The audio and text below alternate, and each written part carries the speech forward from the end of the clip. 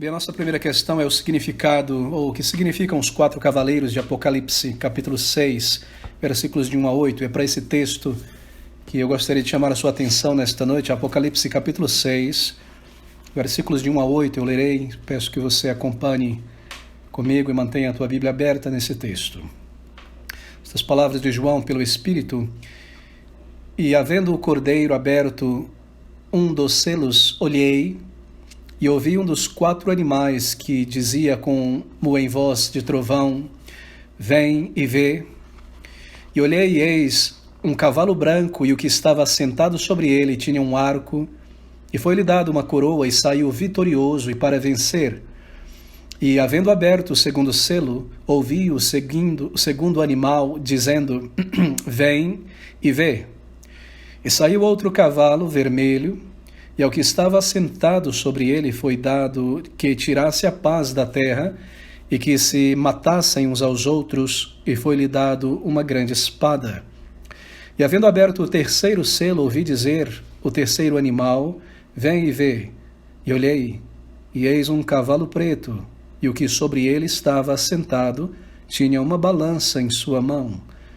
E ouvi uma voz no meio dos 4 animais que dizia: Uma medida de trigo por 1 dinheiro, e 3 medidas de cevada por 1 dinheiro. E não danifiques o azeite e o vinho. E havendo aberto o 4º selo, ouvi a voz do 4º animal que dizia: Vem e vê. E olhei, e eis um cavalo amarelo, e o que estava assentado sobre ele tinha por nome Morte, e o inferno o seguia. E lhes foi dado poder para matar a 4ª parte da terra, com espada e com fome, e com mortandade, e com as feras da terra. E havendo aberto o 5º selo, então João passa a descrever, em outro momento agora, a alma dos mártires esperando pela justiça. Bem, queridos, o significado, então, desses 4 cavaleiros e seus cavalos aqui em Apocalipse. Bem, eles são apresentados, é muito importante começar por esse ponto.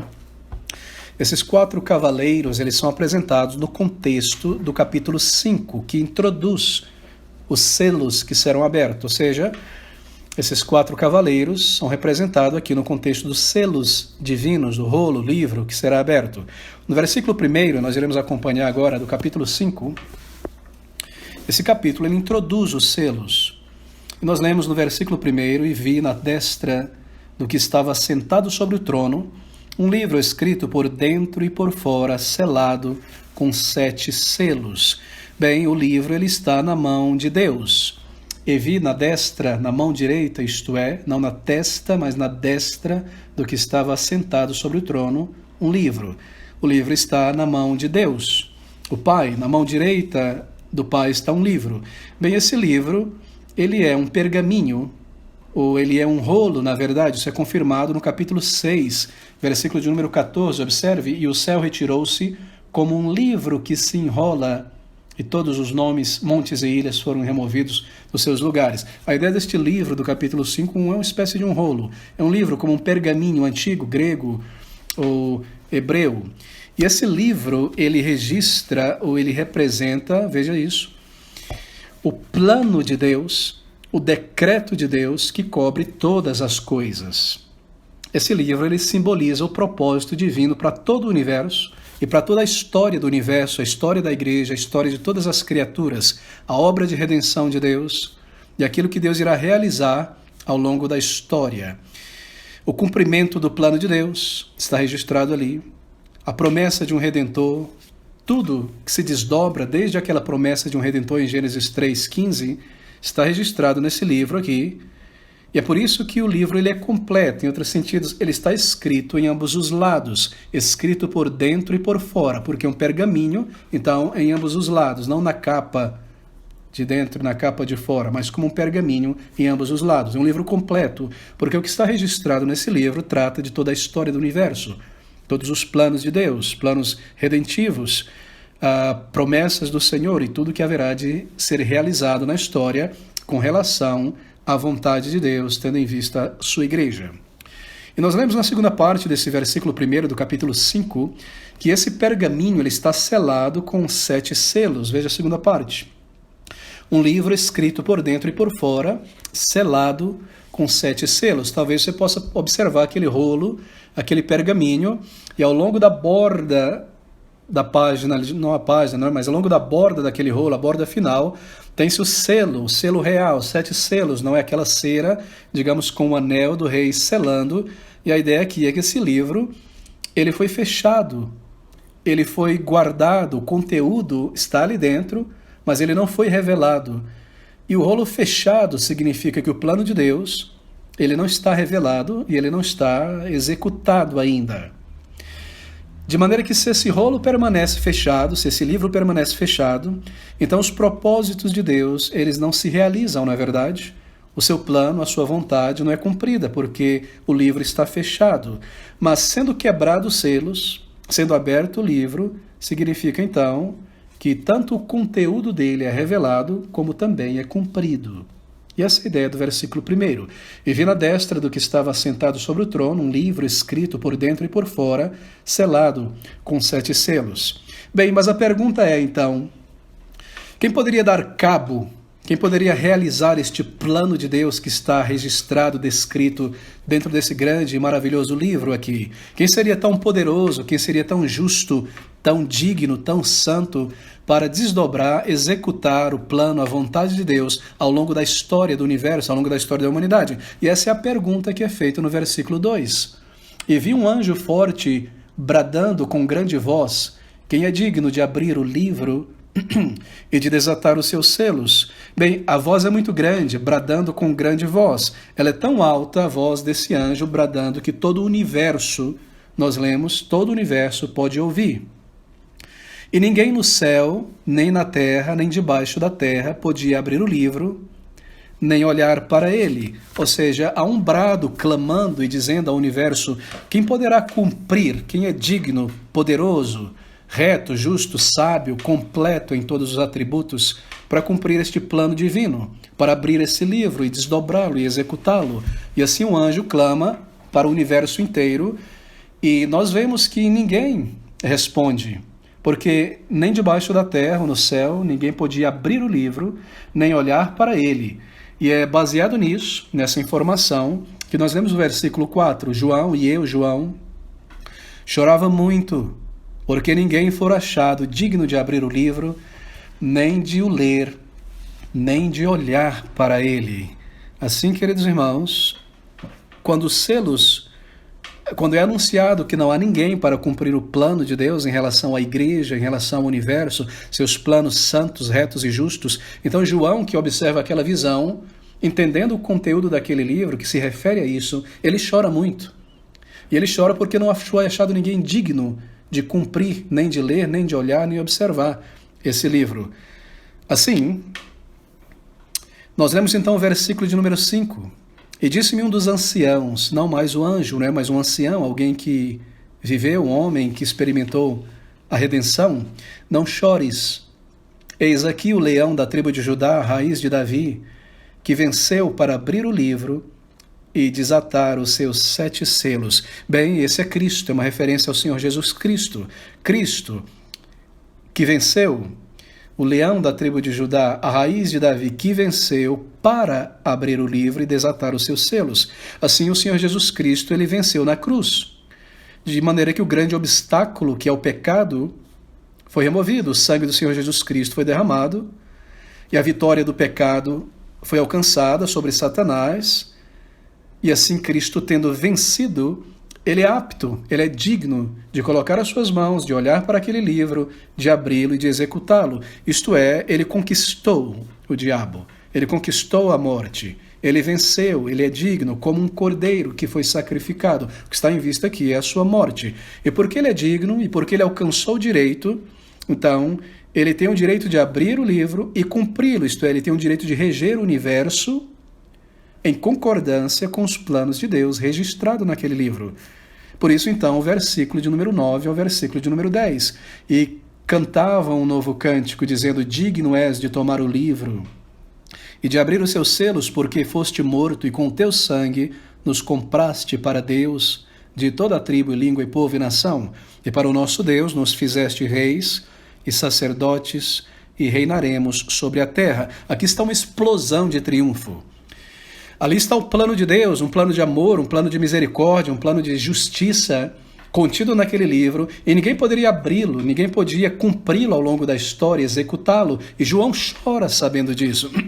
João, ele derrama as suas lágrimas no seu coração, mas vem um ancião e diga: não chores, porque aqui está o Salvador. Ele venceu a morte, o pecado, uma vida perfeita, um sacrifício perfeito, e ele adquiriu o direito de abrir esse livro e de desdobrar, de executar o plano de Deus. E aqui nós temos então a explosão de louvor, de alegria de todo o universo, no versículo 9 e no versículo 10, e cantavam um novo cântico, um cântico de louvor ao Senhor Jesus Cristo, porque ele alcançou a vitória e o direito para realizar isso. Bem, é então nesse contexto, marque isso, dos 7 selos, da abertura deles, que nós começamos então a ler a respeito dos 4 cavaleiros e dos 4 cavalos de Apocalipse.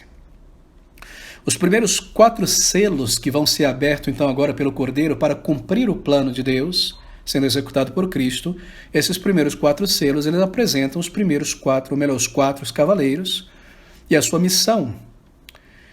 Você observa, não é? No capítulo 6, versículo 1, no capítulo 5, perdão, o Senhor Jesus Cristo é digno de abrir o livro. No capítulo 6, versículo 1, imediatamente ele toma o livro e ele começa a abrir esses selos e a realizar o propósito do que está escrito nesse livro. E havendo o Cordeiro aberto um dos selos, olhei e ouvi um dos 4 animais, e a palavra animal aqui deve ser traduzida melhor como ser vivente. Não era necessário um animal, necessariamente um animal que existe nessa terra, mas um ser vivente seria uma melhor tradução. E olhei e eu ouvi um dos 4 seres viventes que dizia, como em voz de trovão: vem e vê. Então, versículo 2, e olhei, e eis um cavalo branco, e o que estava sentado sobre ele tinha um arco, e foi-lhe dado uma coroa, e saiu vitorioso e para vencer. Então ele toma o selo, quebra o primeiro selo, e ali logo imediatamente nós temos a descrição de um símbolo. E os primeiros 4 selos, então, de 7, eles apresentam, então, os 4 cavaleiros. Nós estamos seguindo a ordem do contexto, espero que você esteja acompanhando. Todos esses selos, os 7 selos, eles irão revelar isso: tribulação, perseguição contra a igreja ao longo da história, que é seguida por livramento, proteção e vindicação do povo de Deus.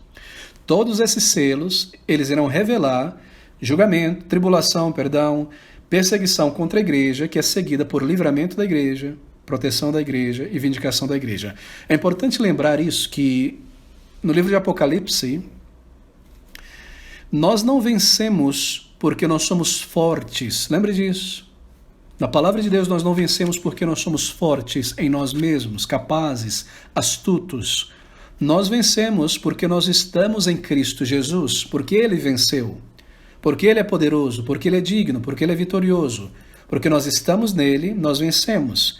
Assim, Cristo nos protege, nos preserva, não nos tirando para fora da tribulação, mas nos guardando nela, nos guardando através dela. O livramento de um crente, o livramento da igreja, não é ser removido da tribulação, mas é ser protegido enquanto passa por ela, enquanto experimenta essa tribulação.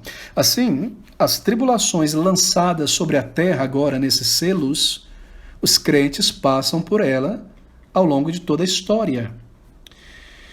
Mas essas tribulações, perseguições, não podem tocar a alma dos crentes. Nossos corpos sofrerão e têm sofrido perseguição, prisão, por um lado, por um mundo que persegue o povo de Deus, e o nosso corpo também sofrerá, por outro lado, enfermidade, epidemia, pandemia, que é o resultado de vivermos em um mundo amaldiçoado pelo pecado. E aqui está a ideia: os selos se abrem e há julgamento sobre um mundo que persegue a igreja, e a igreja é perseguida, oprimida, maltratada, atacada, e assim julgamento é enviado sobre este mundo. Mas este julgamento, ele também afeta a igreja, não na alma, nem espiritualmente, mas enquanto nós estamos aqui, em nossos corpos. Assim nós somos vítimas, por dizer, da perseguição humana, por um lado, contra a igreja, contra Cristo, e também das misérias e tragédias naturais que afetam este mundo pecador, que está sob a maldição do pecado, onde nós vivemos. Certo? A nossa salvação ela é espiritual. Ela não é necessariamente física ou material. A nossa salvação descrita na Bíblia, ela é espiritual. E nós lemos que os crentes ao longo da história, eles são martirizados, eles são presos, eles são perseguidos, eles estão desprezados, embora a morte física irá tocar seus corpos, seus bens, não irá tocar suas almas. Assim, nós passamos pela tribulação, por todas elas, mas nós somos preservados em nossa salvação, em nosso espírito. Estas coisas não podem destruir nossa alma, nosso status espiritual de povo de Deus, redimido em Cristo Jesus. Ok? Esse é um princípio importante aqui nesses 7 selos. Bem, agora os 4 cavalos e seus cavaleiros. Versículos de 1 a 2, então, o primeiro deles: e havendo o cordeiro aberto um dos selos, olhei e ouvi um dos 4 animais, ou seres viventes, que dizia como em voz de trovão: vem e vê. E olhei, e eis um cavalo branco, e o que estava assentado sobre ele tinha um arco, e foi-lhe dado uma coroa. Esse arco aqui é um que acompanha uma flecha, não um arco no sentido de um arco-íris ou algo do tipo. E foi-lhe dado uma coroa, e saiu vitorioso e para vencer. Em outra passagem, o cavaleiro recebe também uma espada. Bem, quem é este cavaleiro?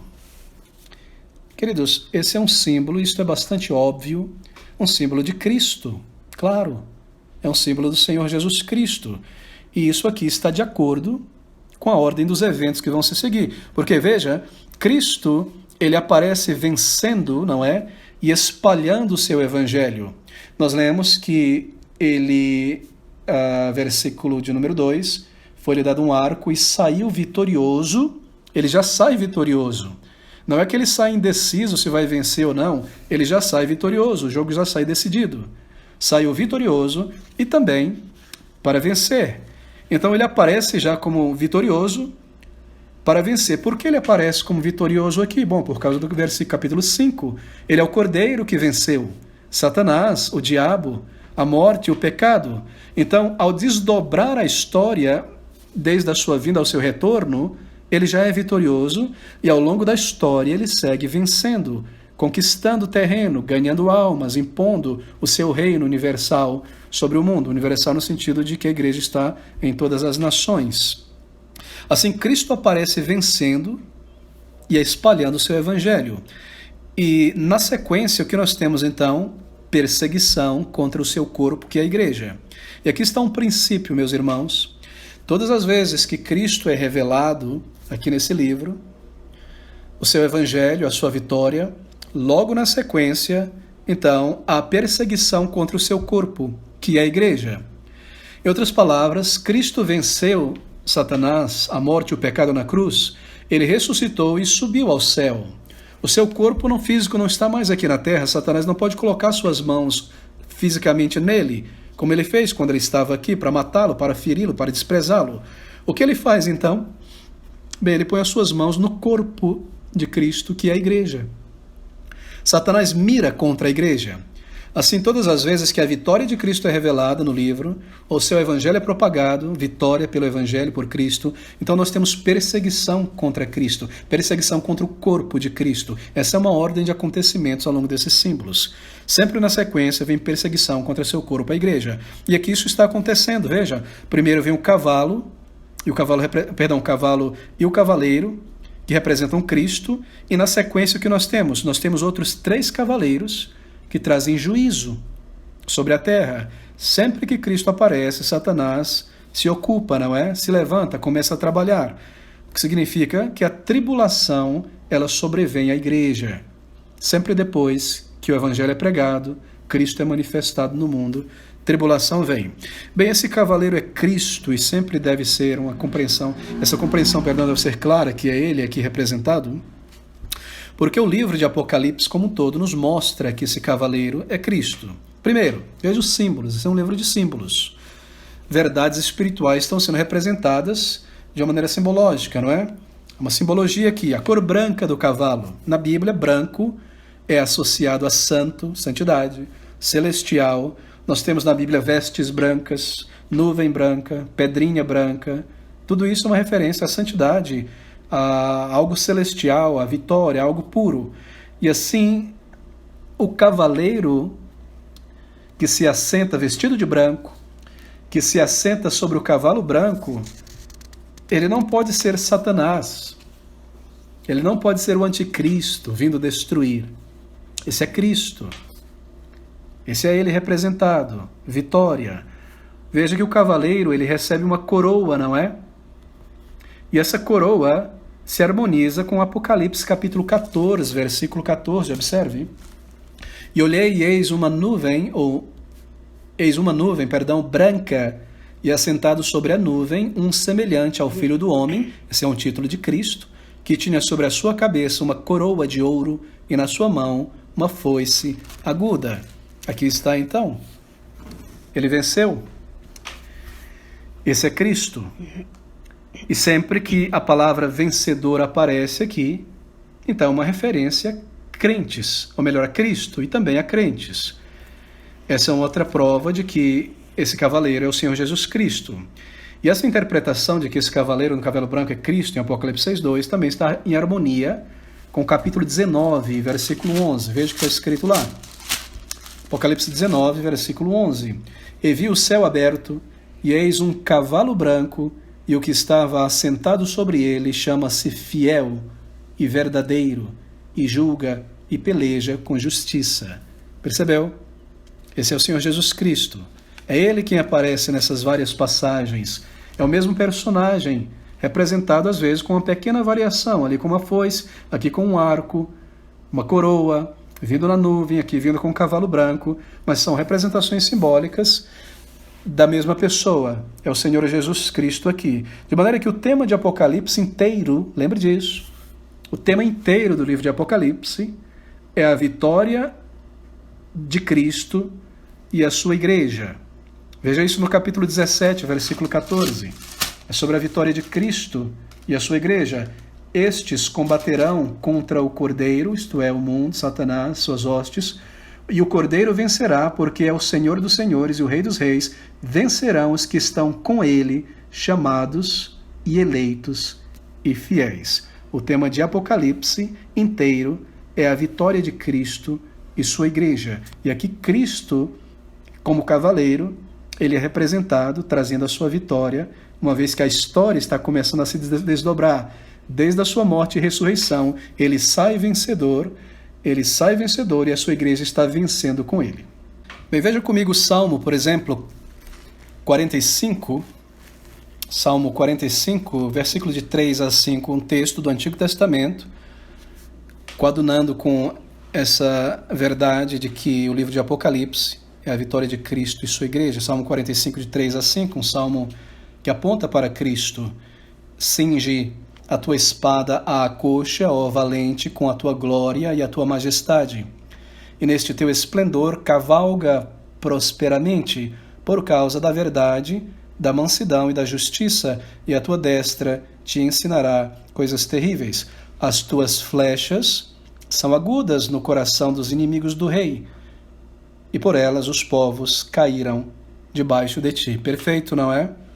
Esse é um salmo messiânico, um salmo que aponta para Cristo e a sua vitória. E o livro de Apocalipse está tomando essa ideia aqui no capítulo de número 6 e ilustrando mais uma vez na pessoa do Senhor Jesus Cristo, quando ele, ao ser aberto o selo, ele próprio, lemos versículo 2, olhei, e eis um cavalo branco, e o que estava sentado sobre ele tinha um arco, e foi-lhe dado uma coroa, vitória, e saiu vitorioso e para vencer. Bem, então, esse é um simbolismo de Cristo. E é importante lembrar também que o simbolismo do livro de Apocalipse, ele se funda no Antigo Testamento. A maioria desses símbolos que nós encontramos, grande maioria desses símbolos de Apocalipse, não são novos aqui, não surgem pela primeira vez neste livro. Eles são símbolos encontrados no Antigo Testamento. Por exemplo, se você anotar e ler depois Ezequiel, capítulo 5, versículo 17, Ezequiel 14, 21, Zacarias capítulo 1, versículo 8, e o livro de Daniel, você vai encontrar esse grupo de imagens ali que nós encontramos aqui no livro de Apocalipse, as bestas que sobem do mar, os animais, os chifres, as visões, o cavaleiro, tudo está aqui, morte, mortandade. Isso é repetido no livro de Apocalipse, de maneira que aqueles crentes entendiam estas figuras, não havia dificuldade para eles em compreender essas coisas. E assim, é dessa maneira que nós entendemos também esses 4 cavaleiros de Apocalipse e seus cavalos. São representações que já existiam, que já existem no Antigo Testamento. Bem, antes de passar para os outros 3 cavaleiros, deixe-me explicar algo aqui importante. Esses próximos 3 cavaleiros, nós lemos sobre coisas terríveis. Mas lembre-se, todos eles servem Cristo e os seus propósitos, ok? O cavaleiro, no primeiro cavalo, vermelho, no preto e no amarelo, e tudo que eles irão realizar, eles servem Cristo e seus propósitos. Não perca de vista que eles são enviados por Deus. Lhes é dado o poder para realizar o que eles vão realizar sobre a terra. Isso não é algo aleatório, contrário à vontade de Deus que está acontecendo ali. É Deus quem dá a eles esse poder e esse propósito. E segundo, é importante mencionar aqui que há um paralelo entre esse capítulo 6 de Apocalipse e o capítulo 24 de Mateus. Vocês se recordam que Mateus 24 descreve os sinais que antecedem o retorno de Cristo.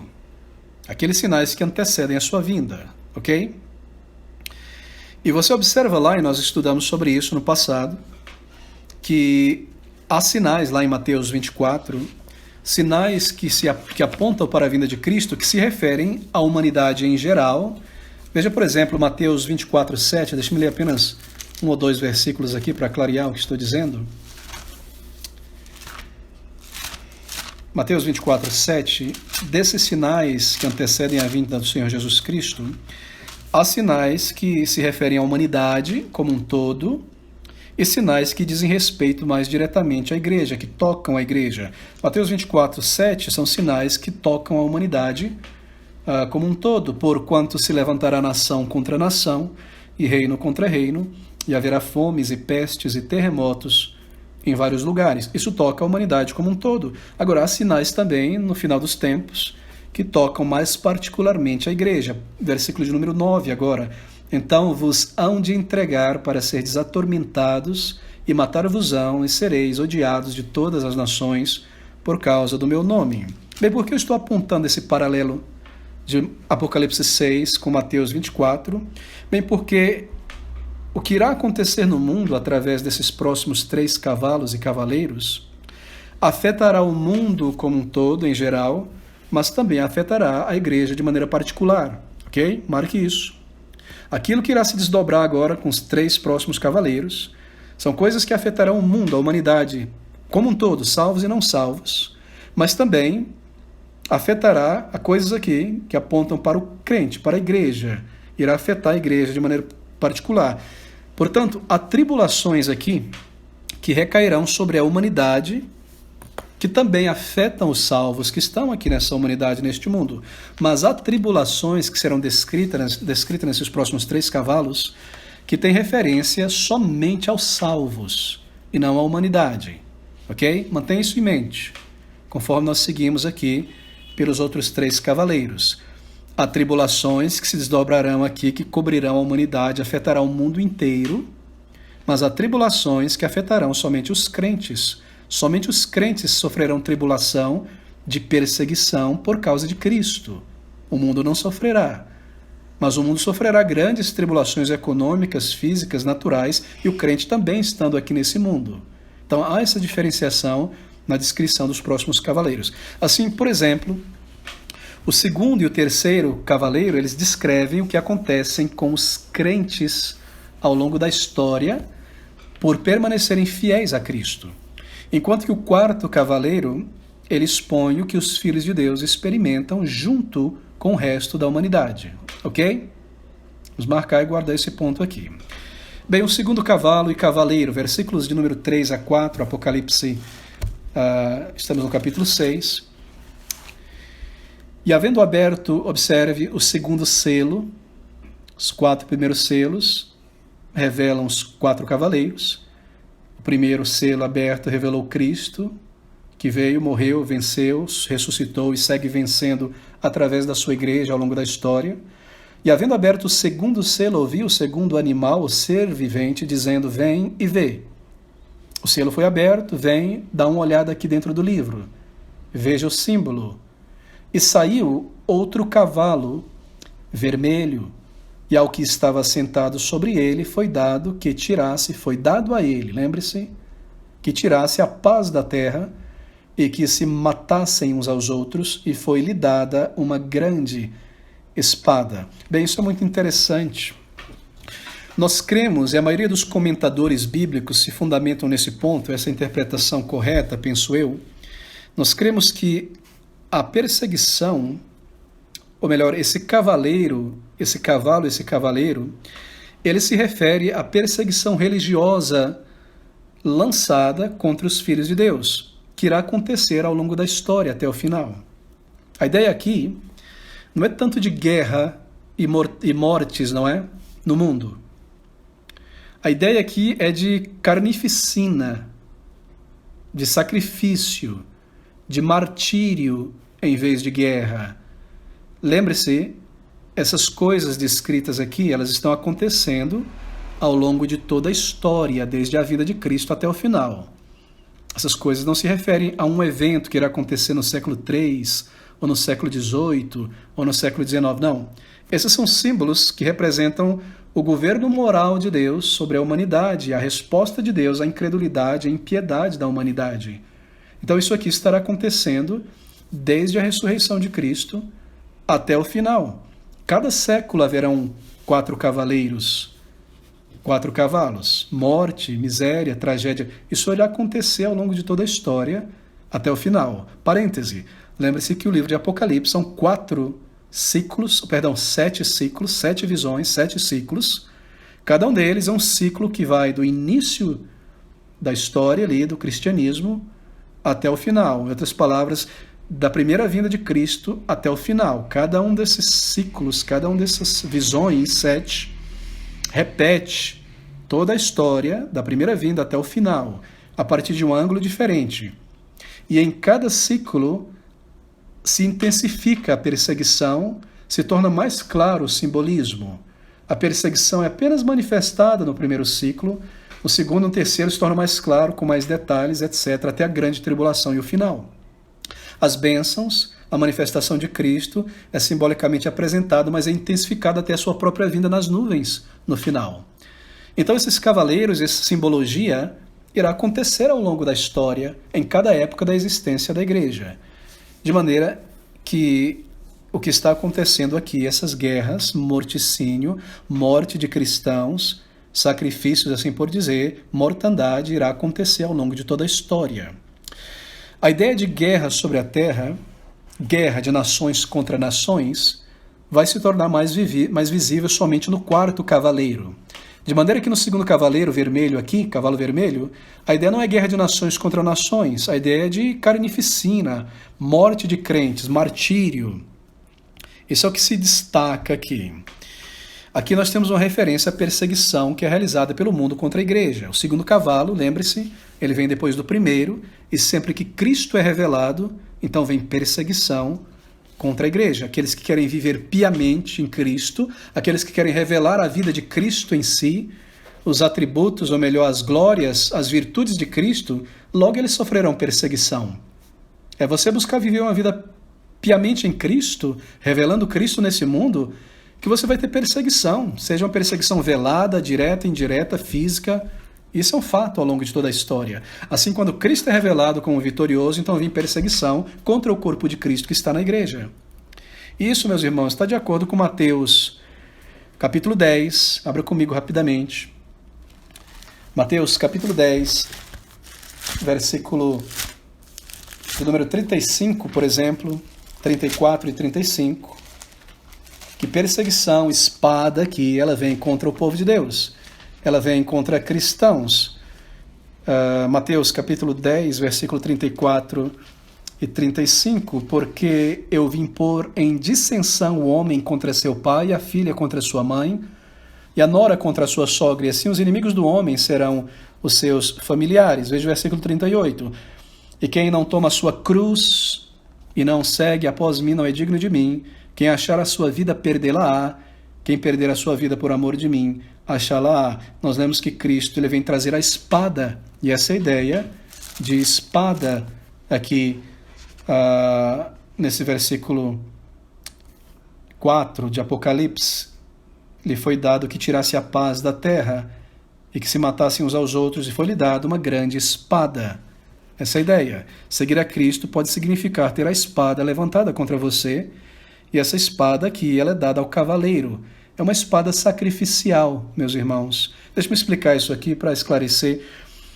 Aqui no versículo 4, no final, uma grande espada, a palavra grega traduzida aqui como espada, há mais de uma palavra no grego para facão ou espada. A palavra aqui é de um instrumento sacrificial. É como um cutelo. Lhe foi dada uma adaga, foi dada a esse cavaleiro uma adaga, um cutelo, como o cutelo de Abraão para matar Isaque como um sacrifício. Essa ideia aqui, para que se matassem uns aos outros, não se refere a guerras. Esse termo ele refere à morte. Deixa-me concluir esse ponto aqui. Há uma outra palavra que é utilizada para simbolizar a guerra, a espada da guerra, a espada que tem em vista guerra entre nações. E nós veremos em alguns minutos. Mas não é essa que aparece aqui. Aqui é a ideia de uma faca, de uma espada para o sacrifício. É o povo de Deus que será sacrificado, martirizado, sangue que será jorrado aqui. Então marque essa ideia. É a palavra machaira, uma daga sacrificial, um cutelo como o de Abraão, ok? Mas nós lemos aqui no versículo 4 que se matassem uns aos outros. Traz essa ideia de guerra, mas não é. Por exemplo, esse termo matassem uns aos outros é uma referência também à morte de Cristo e de crentes. Deixa eu tentar ilustrar isso aqui. Apocalipse capítulo 6 ainda, versículo 9. Veja o que está escrito. E havendo aberto o quinto selo, vi debaixo do altar as almas dos que foram mortos por amor da palavra de Deus. Essa é a mesma ideia do versículo 4, que se matassem uns aos outros. Veja o versículo 18, o capítulo 18, perdão, versículo 24, ainda de Apocalipse, a mesma ideia de matança de cristãos. 18, 24. E nela se achou o sangue dos profetas e dos santos e todos os que foram mortos na terra. Essa é a ideia aqui do versículo de número 4. A morte, o carnificínio de crentes em Jesus Cristo. A questão principal aqui é uma perseguição religiosa. Bem, lembre-se de que o Apocalipse, ele foi escrito inicialmente, primariamente, não é?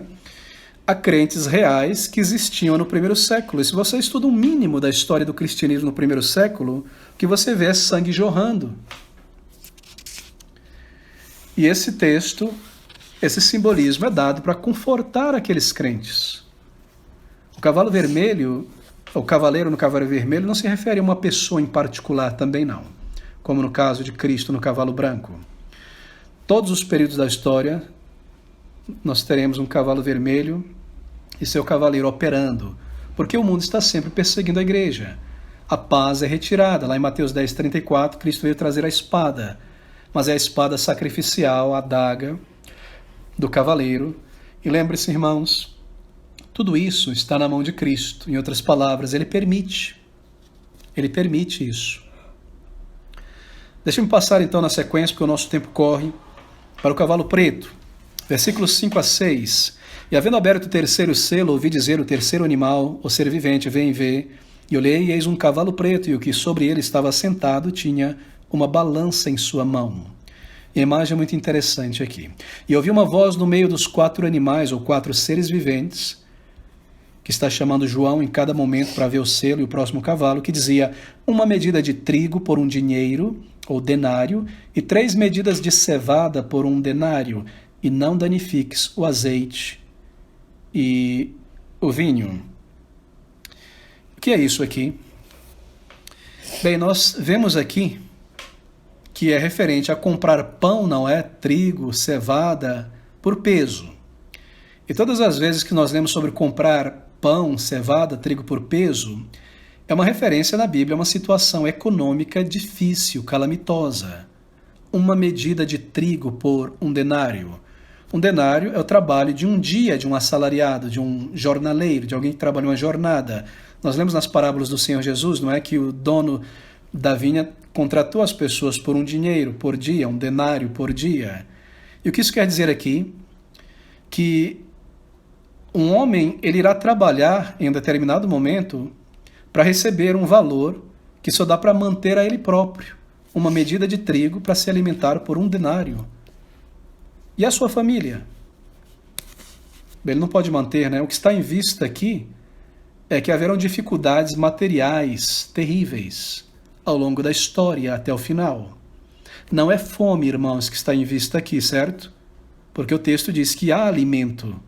Se você tiver dinheiro, é claro, uma medida de trigo por um denário é muito caro, mas isso não significa fome. Se você tem muito dinheiro, você continua comendo trigo e não cevada, que é mais barato. Então a referência não é fome, a referência é dificuldades materiais que irão sobrecair a humanidade ao longo de toda a história. E isso irá afligir a igreja.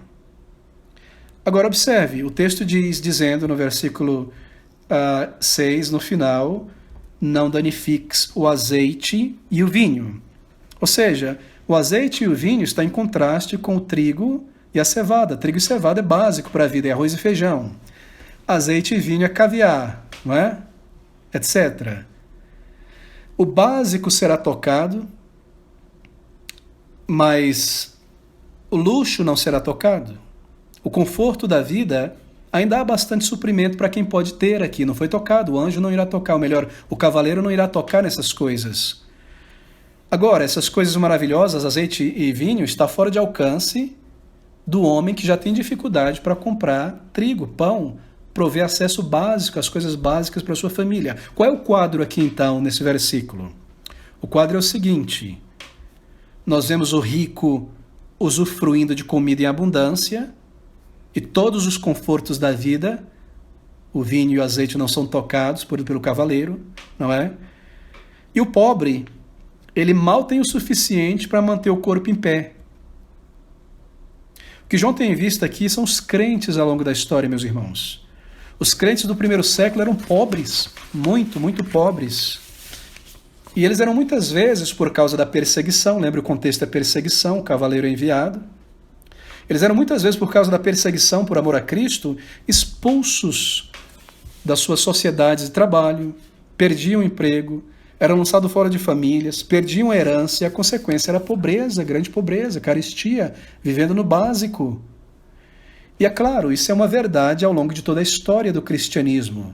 Os filhos de Deus, eles muitas vezes são barrados do trabalho, da profissão, por serem fiéis às suas convicções, não é? Vão perder cargo, por não participarem da fofoca, da imoralidade, do barzinho, não vão subir a escadaria, por não participarem de conchavo, de complô, não vão alcançar grandes coisas por causa dos seus princípios, vão viver com o básico muitas vezes e sofrerem perseguição. Assim, o crente ele pode vir a sofrer carestia, dificuldades materiais, enquanto o rico opressor, ninguém toca o seu azeite, ninguém toca o seu vinho. Ou seja, ao longo da história, haverá carestia, dificuldades para o povo de Deus. São assolações que sobrecaem a igreja também. De maneira que os dois primeiros cavalos e cavaleiros pertencem à mesma categoria. Ambos estão descrevendo aqui a perseguição, a opressão do povo de Deus ao longo da história. No cavalo vermelho, os cristãos sofrem martírio pela espada sacrificial, pelo testemunho de Cristo. Século I, a Inquisição católica, muçulmana, ao longo de toda a história, milhares e milhares mortos. E no cavalo preto, eles sofrem dificuldades, carestias, não é? Grande carestias. Vejam a prova disso em Hebreus, capítulo 10, versículos de número 32 e 34, o autor dizendo: lembrai-vos, porém, dos dias passados em que, depois de serdes iluminados, suportastes grande combate de aflição. Em parte, fostes feitos espetáculo como vitupérios e tribulações no Coliseu Romano, as feras, morticínio e tudo isso. E ele segue dizendo: e em parte fostes participantes com os que assim foram tratados, porque também vos compadecesses de mim, etc. Ele segue dizendo: E ele dirá então no versículo, ainda nesse capítulo, que eles sofreram mesmo até o espólio de seus bens. Então é isso que está acontecendo com o povo de Deus aqui no primeiro século, e é o que irá acontecer ao longo de todo o século. Quantas centenas de milhares de pessoas foram mortas à espada pelo testemunho de Cristo, noite de São Bartolomeu na França, e ao longo de 3 séculos, quase 4 séculos de Inquisição, e antes disso, na mão dos mouros, e quanto mais agora, em países islâmicos, comunistas, budistas, hinduístas, ali na Colômbia, em toda parte. E quantos cristãos não vivem em grande carestia no Egito, no Sudão, na Venezuela, em períodos da história? Esses cavalos e seus cavaleiros, eles vêm à terra, assim por dizer, é um símbolo da mortandade contra o povo de Deus, da carestia contra o povo de Deus, ao longo de toda a história, meus irmãos. Assim, esses 2 cavaleiros pertencem à mesma categoria. Bem, esses 2 cavalos e seus cavaleiros representam, então, opressão, injustiça, dificuldade econômica através dos séculos da igreja. Significa que o mundo perseguirá ferozmente a igreja ao longo da história de todas as maneiras, mas lembre-se, tudo isso é instrumento na mão de Cristo para purificar a igreja. Porque uma igreja perseguida, um crente em carestia, ele santifica muito mais a sua vida se aproximando do Senhor em temor, em comunhão com Ele.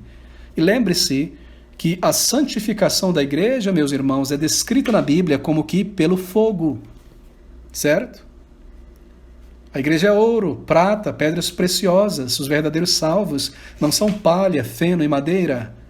E ela é santificada pelo fogo, como o ouro, quando ele é colocado no fogo e derretido, as impurezas evaporam, são separadas. É a tribulação que santifica a igreja. Assim, essas tribulações são enviadas sobre a humanidade, mas permitidas, mas elas purificam, elas operam para o bem da igreja, preparando o povo de Deus para um maior testemunho, provar a Cristo, peneirar quem são verdadeiramente o povo de Deus. Assim, é por isso que nós lemos que é dado aos cavaleiros. Eles não têm esse, eles é dado o poder de fazer essas coisas. Mas deixe-me correr, versículo 7 e 8, cavalo amarelo. Espero que todos estejam acompanhando. Deixe-me voltar aqui para Apocalipse 6.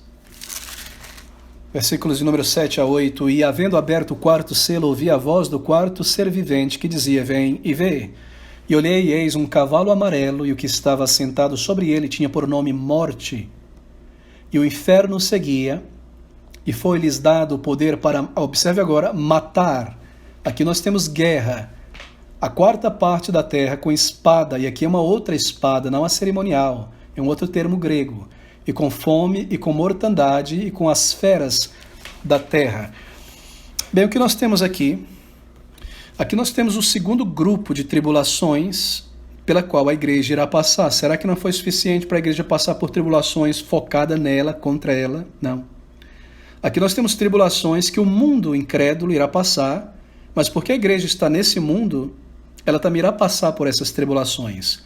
O foco dessas tribulações agora é o mundo, a humanidade, que está em um mundo amaldiçoado pelo pecado e vive em pecado, mas porque o crente vive nesse contexto histórico, nesse mundo, ele irá passar também por essas tribulações.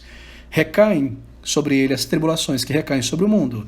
São desfortúnios, são desgraças que a igreja deve sofrer, simplesmente porque ela está no mundo.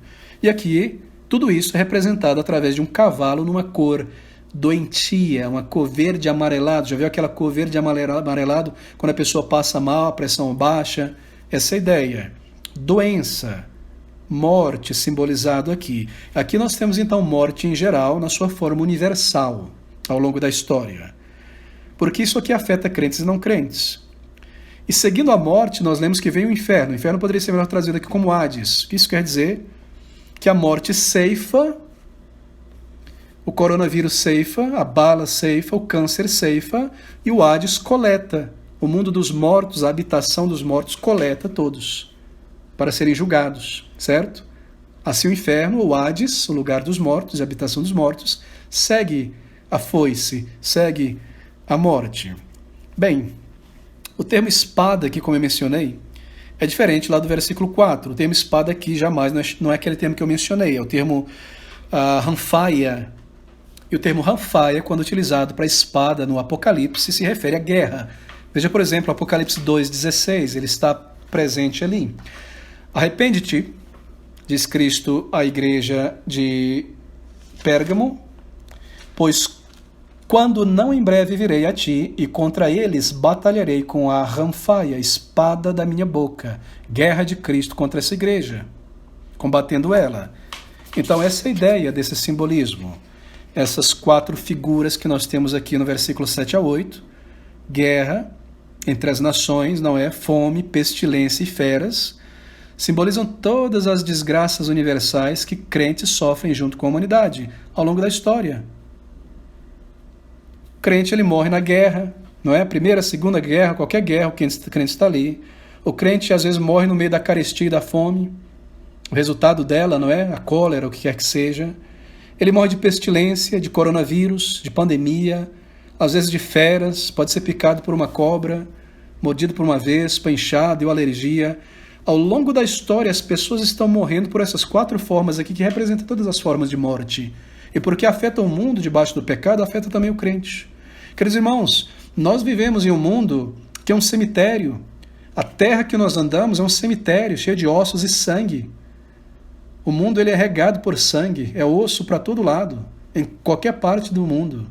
A morte ao longo dos séculos, em todos os tipos. Nesse momento que nós estamos conversando aqui, se nós tivéssemos uma visão além do alcance e olhássemos pelo horizonte aqui além das paredes, nós veríamos almas subindo nesse momento agora, às 9h07, para a eternidade.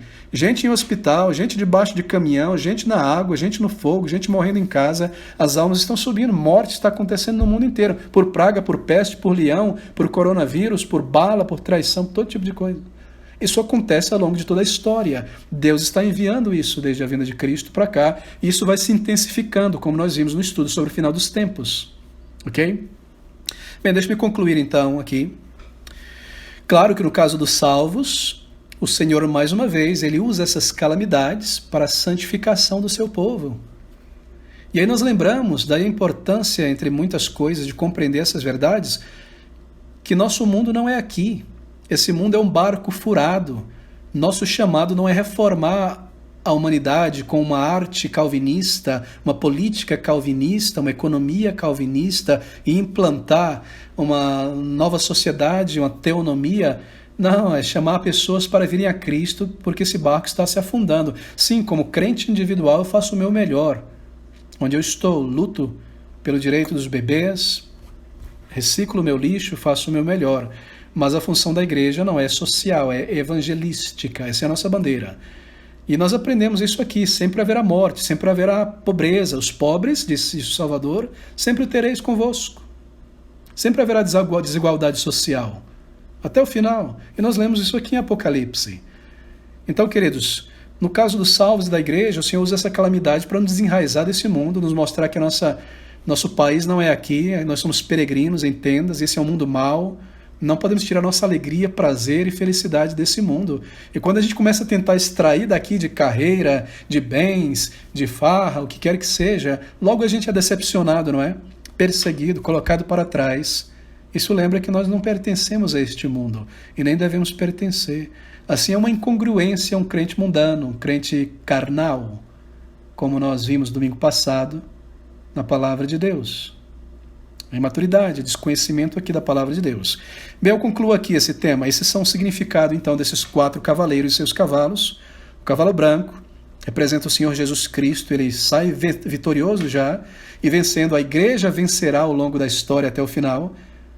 O evangelho se espalhará, as portas do inferno não prevalecerão contra a igreja, todos os eleitos de Deus serão reunidos, vidas serão salvas debaixo de perseguição comunista, islâmica, ideologia de gênero, ideologia marxista, o que quer que seja, qualquer ideologia ao longo de toda a história, na pobreza, na riqueza, a igreja segue vencendo, a igreja segue sendo reunida, Cristo segue vencendo e vitorioso. Ele venceu na cruz, recebeu sua coroa, e ele cavalga, ganhando terreno e vencendo, estabelecendo o seu reino. O cavalo vermelho representa mortandade entre o povo de Deus.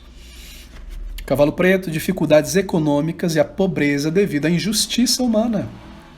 A má divisão de renda, o orgulho, a ganância, isso afeta todos e afeta a igreja também, isso sempre acontecerá.